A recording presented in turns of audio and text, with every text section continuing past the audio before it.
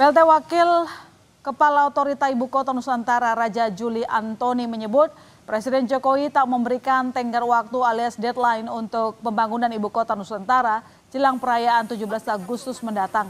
Namun prasarana untuk peringatan kemerdekaan dipastikan siap.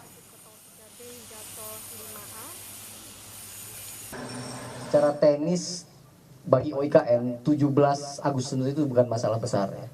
Semua sudah ready, sudah set up.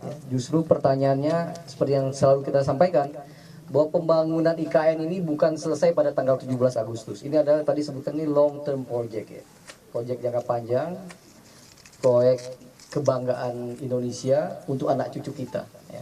Jadi bukan sesuatu yang berjangka pendek pada tanggal 17. Dan Pak Jokowi ya tidak pernah sama sekali memaksa atau kan bahasa media suka begitu kan, membuat deadline agar tanggal 17 Agustus selesai. Saya dengan mata kepala saya sendiri, ya, misalkan ketika Pak Menteri Perhubungan mengatakan bahwa bandara OIKN tidak akan selesai pada tanggal 17 Agustus.